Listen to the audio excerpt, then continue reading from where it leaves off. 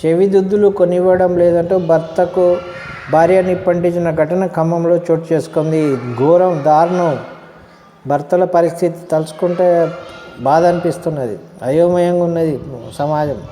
ఆమెపై ఒకటో పట్టణ పోలీస్ స్టేషన్లో ఆదివారం కేసు నమోదైంది. ఇన్స్పెక్టర్ కథనం ప్రకారం ఖమ్మం నగరంలో నిజాంపేటలో నివసించే షేక్ యాకూబ్ పాషా, సమీనా దంపతులు కూలి పనులు చేసుకొని జీవిస్తున్నారు. తనకు చేదిద్దులు కొనివ్వాలని సమీనా భర్తతో తరచూ గొడవ పడుతుంది. ఈ విషయమై శనివారం సాయంత్రం ఇద్దరి మధ్య మరోమారు గొడవ జరిగింది. తన వద్ద అంత డబ్బు లేదని, కొనివ్వలేనని పాషా తేల్చి చెప్పారు. దీంతో క్షణికావేశంలోని లోని సమీనా తన భర్తపై పెయింట్లకు సంబంధించిన రసాయనాన్ని పోసి నిప్పంటించింది. ఈ ఘటనలో అతను గాయపడ్డాడు. పాషా తల్లి ఫిర్యాదు మేరకు కేసు దర్యాప్తు చేస్తున్నారు.